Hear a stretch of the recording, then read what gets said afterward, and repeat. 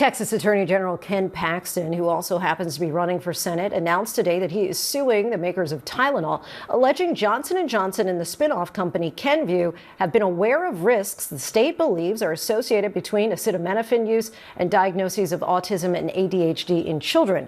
Last month, a list of organizations pushed back specifically on the autism claims, and today the current maker of Tylenol, Kenvue, said in a statement, "We stand firmly with the global medical community that acknowledges the safety of acetaminophen and believe we will continue to be successful in litigation as these claims lack legal merit and scientific support." Joining us now is attorney Ashley Keller, who is lead counsel for Texas in their claims against the makers of Tylenol. Mr. Keller, thanks so much for coming on Prime.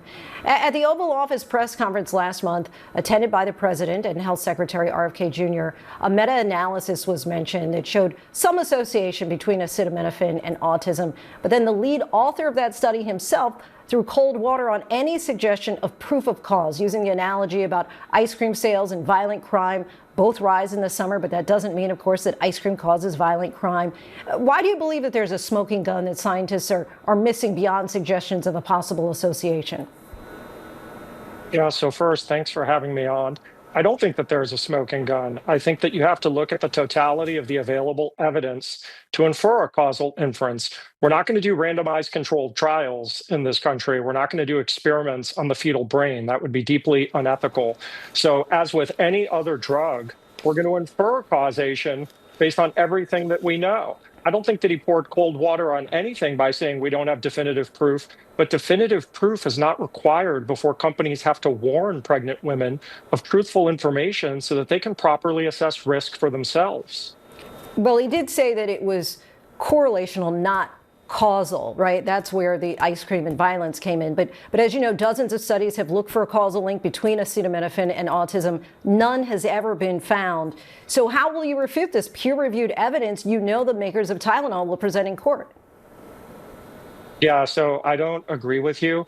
Individual studies aren't designed to show causation. That's why you have to do a meta-analysis. That's why you do a weight of the evidence analysis to look at the totality of everything that we have out there. And I guess I would flip it around on you.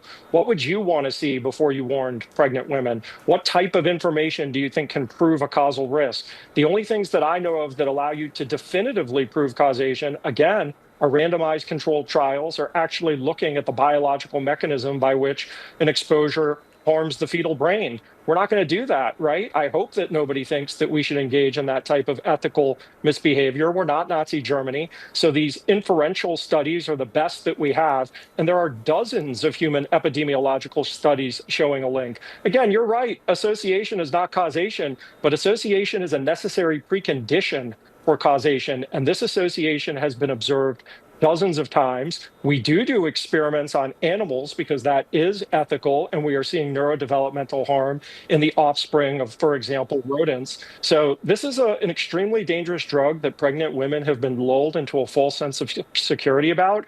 And I'm really grateful that people like President Trump, Secretary Kennedy, and now General Paxton are sounding the alarm. No one's banning the product. Pregnant women are still free to make their own choices, but they deserve to have truthful information when they decide what they're going to do for themselves and their unborn kids. So you do know that Tylenol is the only over-the-counter medication that's recommended for pregnant women who have a fever.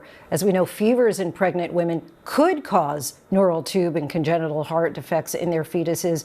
But the president told pregnant women last month to tough it out and not take Tylenol. Do you also agree with the president on that?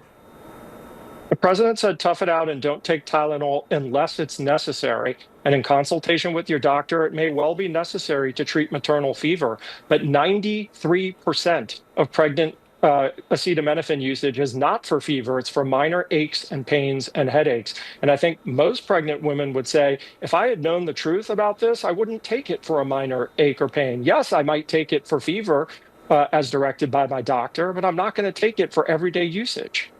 You currently represent people in civil cases against the makers of Tylenol. You've had cases filed since 2022 without any success. Why do you think that things would end differently now? Well, litigation takes a long time. We're in the early innings. We are eventually going to be successful.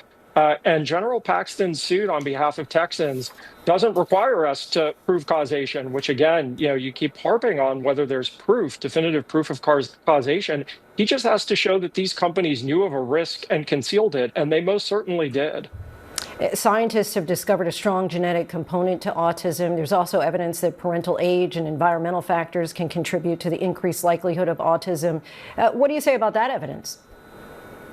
I think that evidence is pretty good. Once again, it's association, not causation. But if you asked me what I would infer that genes can contribute to causing autism.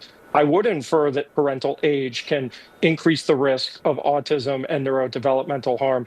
There are multifactorial causes of these conditions. Almost everything that we experience, from cancer to neurodevelopmental harm, is caused by more than one thing. So Tylenol is a link on the causal chain. We're not saying it's the only cause of autism, ADHD, and other neurodevelopmental disorders, but it's one of many causes. And the other two that you just flagged are also probably causes. Appreciate the conversation. Ashley Keller, thank you so much for your time. Pleasure. Thanks for having me on.